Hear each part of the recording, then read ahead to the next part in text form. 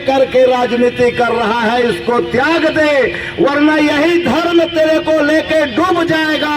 और धर्म के आड़ में राजनीति करना बंद कर दे, कांग्रेस को डराना बंद कर दे। और आज कांग्रेस जब यहाँ पर उपस्थित होकर के धरना दे रहा है, कल पूरा देश में धरना प्रदर्शन होगा। किसानों का हक छीना जा रहा है और स्वास्थ्य का बात कहीं पर नहीं दिखता है तो आज आप लोगों ने टीवी में देखे होंगे, कल्की में मंदिर बनाने के लिए गए हैं, कहीं और मंदिर बनाने के लिए जा रहे हैं। मंदिर मस्जिद के नाम से छल करने वाली पार्टी को त्यागिए और निष्ठावान देश के हित में काम करने वाली पार्टी कांग्रेस को आप लोग साथ दीजिए, क्योंकि मोदी जैसा आदमी धर्म की राजनीति कर रहा है।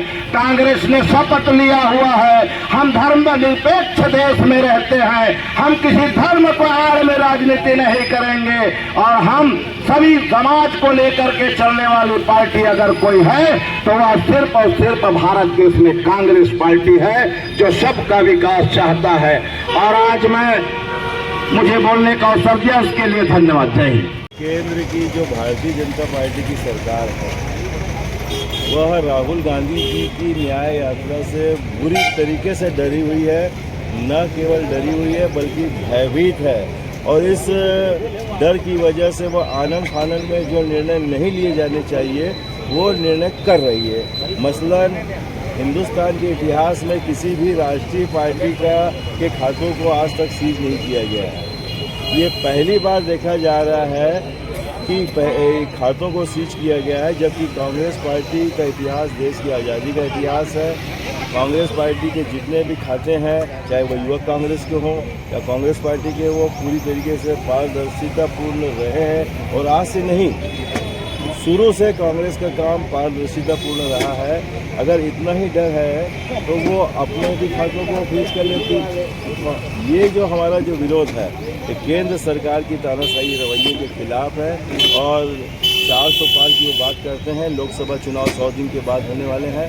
देश के मतदाता भली भांति समझ गए हैं कि 10 साल में भारतीय जनता पार्टी ने केवल और केवल वायदे किए हैं और कुछ काम नहीं किया।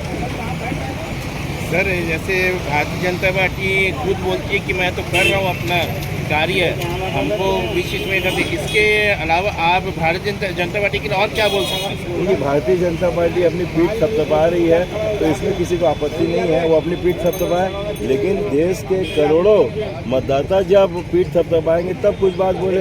लोग तो कांग्रेस को पसंद कर रहे हैं। अभी समझ गए कि 10 साल में केवल और केवल उन्होंने वायदे किए हैं, घोषणा पत्र। आप ही बताइए, 2 करोड़ लोगों को रोजगार देंगे हर साल, ये क्या? 15 लाख खाते में आया क्या? और काला धन वापस लाएंगे, आया क्या? कुछ तो नहीं आया है, तो फिर आखिर कैसे विश्वास करें? तो ये तो बिल्कुल बदले की भावना से काम कर रही है। ऐसा प्रजातंत्र में नहीं होना चाहिए, ये लोकतंत्र का अपमान है। ये जो अभी जो मैथारी वंदन जो महिलाओं के लिए जो निकाला गया है, ये कहाँ तक का ये सफलता हो सकती है भाजपा के लिए? नहीं, जो उन्होंने वायदे किए हैं, बहनों के साथ जो वायदे किए हैं, उन वायदों को पूरा करना चाहिए। उन्होंने कहा था कि परिवार के सभी महिलाओं को मिलेगा तो देना चाहिए, जब कहा है तो करना चाहिए।